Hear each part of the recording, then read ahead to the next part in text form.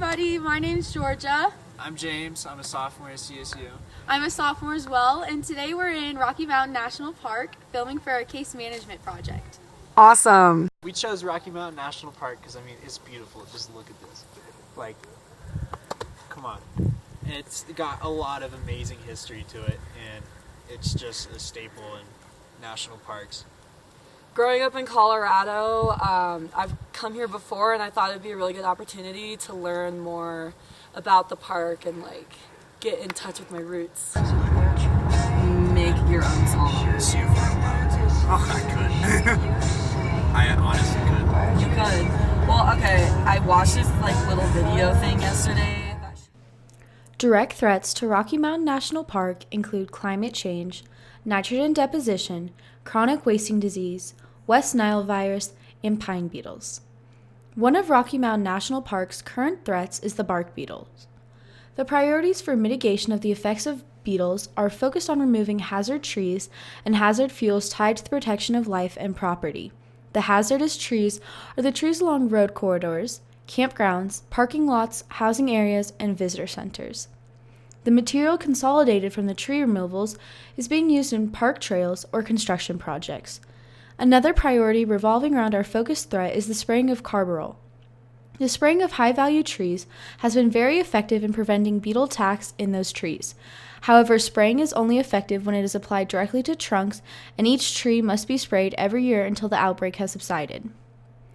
The indirect threat of the bark beetle is climate change. Hard winters with cold temperatures can kill beetle eggs and larvae wintering around a tree's outer bark. Related to general climate change, average winter temperatures in Rocky Mountain have been higher than normal over the past 10 years. Trees have also been weakened by a prolonged period of low precipitation. The combination of milder temperatures and low precipitation has aided a fast outbreak of beetles. The underlying causes of climate change include the burning of fossil fuels like coal and oil that has increased the concentration of atmospheric carbon dioxide. Another underlying cause of climate change is a change in human activities. Over the last century, the burning of fossil fuels like coal and oil has increased the concentration of atmospheric carbon dioxide. History has not influenced our direct threat of bark beetles. All right, so now we're going to be talking about the management of the threat of bark beetles in Rocky Mountain National Park. So the management of bark beetles is done by a proactive approach through a management plan. The planning tool used for this is a risk management plan with different alternatives that have been proposed. So according to the bark beetle management plan, there are two alternatives presented. One is the no action alternative, which is the continuation of current bark beetle management using integrated pest management techniques such as the removal of beetle-infested trees, removal of hazardous trees, tree thinning in conjunction with wildland, urban interface fuels reduction projects, watering, mistletoe removal, and prescribed fire as outlined in the park's fire management plan. The second preferred alternative, which includes the above techniques as well as the use of an insecticide applied to trees as a bark beetle repellent to protect certain high-value trees. Pheromone use would also be permissible if proven effective. A third alternative, which would have expanded the area to be treated, was considered but dismissed, end quote. Some other management techniques for bark beetles are planning legislation, and they have used scoping reports, which is another planning tool, such as ANRA, EIS, and EAs.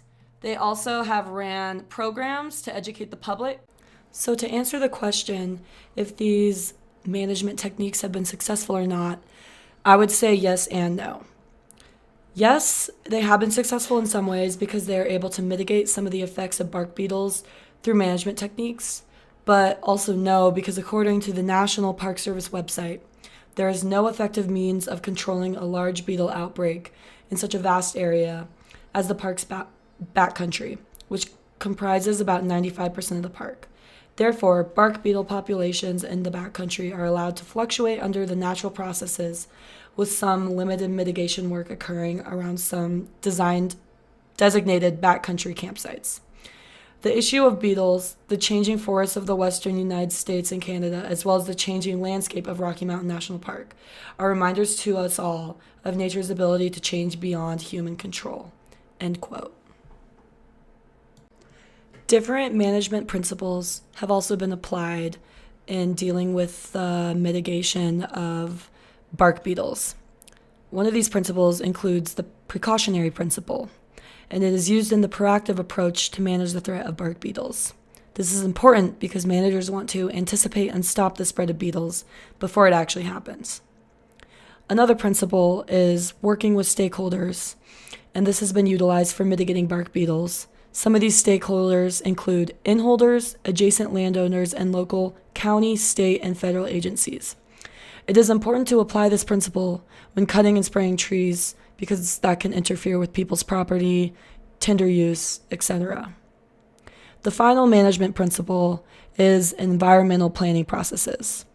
The application of this is seen with the different planning legislations and scoping reports, such as EIS and EA, that have been used in managing bark beetle. The IUCN category of Rocky Mountain National Park is a Category 2 national park. Ever since the late 1200s, tribes such as the Ute, Apache, and Arapaho lived in what is now known as Rocky Mountain National Park. In the winter, it was never really anybody's home because the conditions were so horrible. However, the Ute were the last known tribe to live there. In the late 1800s and early 1900s, a couple major stakeholders began lobbying for Rocky Mountain National Park to actually become a park. A couple of those were Enos Mills. Enos Mills used to lead interpretive hikes with the public through what was to become Rocky Mountain National Park. Ever since he met John Muir, he began traveling around the country lobbying, trying to get Rocky Mountain National Park to actually be established as a protected area. Another major stakeholder was Freeland Oscar Stanley. He came to Colorado in 1903 with a goal to cure tuberculosis. He and his brother Francis Edgar Stanley were recognized as gifted entrepreneurs. They established the first company to commercially make violins. Stanley worked behind the scenes with Enos Mills trying to promote the idea of getting Rocky Mountain National Park signed as a protected area. Other major stakeholders include Edward Taylor, who also worked behind the scenes. The governor of Colorado at the time, George Carlson, also was able to help lobby. Another key person in the establishment of Rocky Mountain National Park was known as James Grafton Rogers.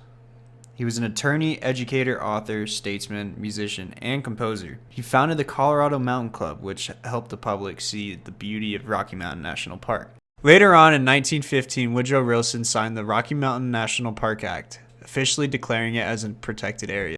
In the process of Rocky Mountain National Park being created, nobody was evicted and the process was not contested.